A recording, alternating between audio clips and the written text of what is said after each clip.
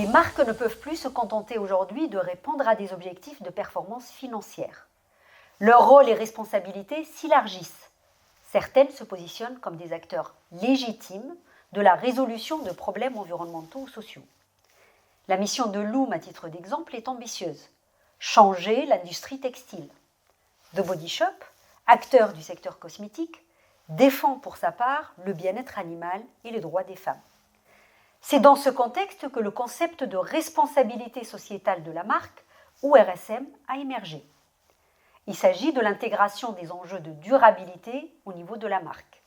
Grohmann et Baudur associent la RSM à la perception globale qu'ont les consommateurs des valeurs morales d'une marque. D'ailleurs, l'échelle de mesure que les auteurs ont proposée met en lumière des dimensions relatives au caractère juste, compatissant, humain et bienveillant des marques. La perception des consommateurs englobe dans ce cas l'intégration des préoccupations environnementales et sociales, non seulement dans l'identité de la marque, mais aussi au niveau de son mix marketing. Ainsi, il y a la responsabilité sociétale liée aux produits de la marque. Par exemple, tous les produits de la marque The Body Shop sont faits d'ingrédients naturels et non testés sur les animaux. Également, la responsabilité sociétale peut être incluse au niveau de la politique de prix. Par exemple, une partie du prix finançant une cause. Ou encore au niveau de la communication de la marque, notamment à travers son activisme et ses prises de position publiques. Ainsi, dans une logique de marketing véritablement durable, l'engagement sociétal des marques ne doit être ni de façade, ni uniquement guidé par leurs propres intérêts. En quoi maintenant la RSM est-elle différente de la RSE ? D'abord, les parties prenantes considérées ne sont pas les mêmes. Les activités RSE, pilotées par l'entreprise, ont des implications sur une diversité de parties prenantes, communautés, décideurs politiques, médias, etc.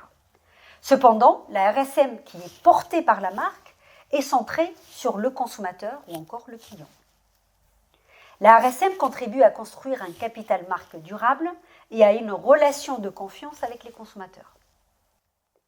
Un autre point de différence est que dans le cas de la RSE, il y a peu de transfert des associations autour de l'engagement au niveau produit. La littérature a montré que seule la RSM a un effet sur l'évaluation des produits de la marque par les consommateurs. La RSE ne semble pas en mesure de capturer de tels effets. Un enjeu central porte désormais sur les retombées effectives de ces engagements. Plus que la mise en scène de leurs actions, ce sont les impacts des engagements sur la planète et la société qui doivent être au cœur des préoccupations des marques.